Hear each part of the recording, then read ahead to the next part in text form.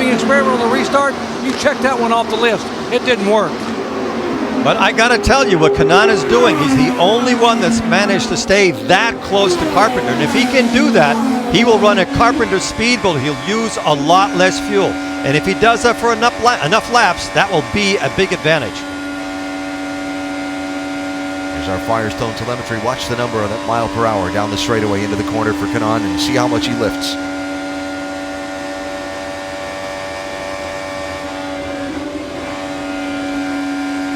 Lifted a lot, but he's still right there. And you know, Eddie, that when you get back on it as aggressively as he did right there, you have confidence in the car. You're not tentative with it. That's a good sign. Yes, he got off the throttle, but it's the best that we've seen so far today.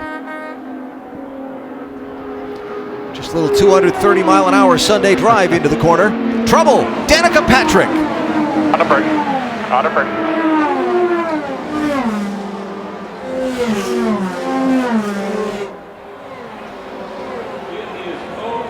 And that will be how her driving career at Indianapolis ends.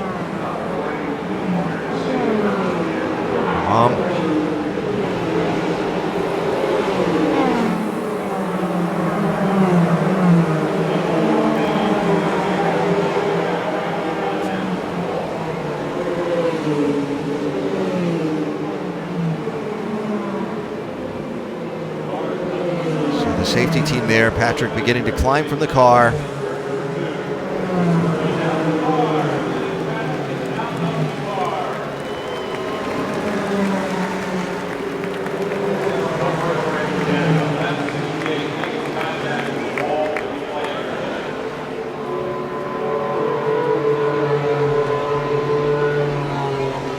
She's got the helm off over there. Turn number 2. Let's give her a round of applause in the area. Top right. Very similar to Ed Jones. In the middle of the turn, the back end starts to come around. I thought that she was dealing with a car that was very neutral, too positive on the front. When we watched her earlier in the race, that means it's very difficult to turn into the turn because the back end wants to swap ends. Not sure if that's the case there, but looks very similar, as you mentioned, Eddie, to Ed Jones.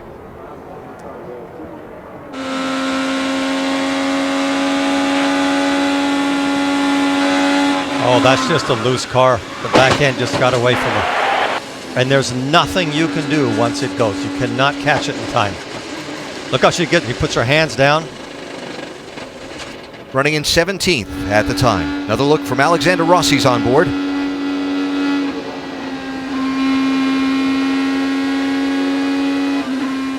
Good job, good job.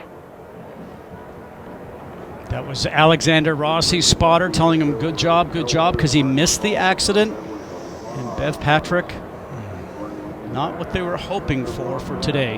But what a career. Rick? Well, she had a very lengthy conversation with her crew during that last yellow. They were talking about the car and how it was doing. One of the things she talked about was the fact that it got more unstable as they went into the run. Now, she was talking about understeer initially, but they were saying that she was saying to the team that it was just not doing what she wanted as the run got longer. And as you can see in this point, it did not work for her. When asked why she came here to finish her career at Indianapolis, Danica said that this was the place. This was the place that that made her relevant. And she said the hesitation was she didn't want to ever take anything away from what she's accomplished here. But she did it because she had time to do it right. She was with a good team, with a good program. You saw that through qualifying. But this is not the way that she would have wanted the day to end. So Danica Patrick riding to the medical center after crashing while running 17th, shy of 200 miles of this Indianapolis 500-mile race. Today's result does not take anything away from everything that she managed to do in a race car. So you lead my next question, which is legacy as a race driver. Not many takers at the front of the field. Just Joseph Newgard from third, Clayman DeMello and Wickens. But most of the front runners stayed on the racetrack. We'll pick that up. I'm sure we'll hear from Danica after a bit. First, under caution, for the third time in the Indianapolis 500. We're back after a word from your ABC station. Danica Patrick has come from the medical center and is with Jan. Has just walked to my position here very emotional. First of all, Danica, are you okay? Yeah. What happened in turn number 2? It looked very similar to what happened to Ed Jones just a few laps prior. Yeah, the first thing I said was I'm not sure really what happened. So it just seemed to come around, and it seemed pretty late off the corner. So I don't know. They said they looked back at the data, and it was kind of like a little lift in the middle. It was a little bit of understeer, and then back to it, and it just swung. So, yeah, you know, I mean, today was really disappointing for what we were hoping for and what you want for your last race, but I'm grateful for all of it. So, wish I could have finished stronger. Are all the emotions you're dealing with specific here to Indy, knowing that how much of a difference that made in your career, or now that you're looking at an entire career that's wrapped up?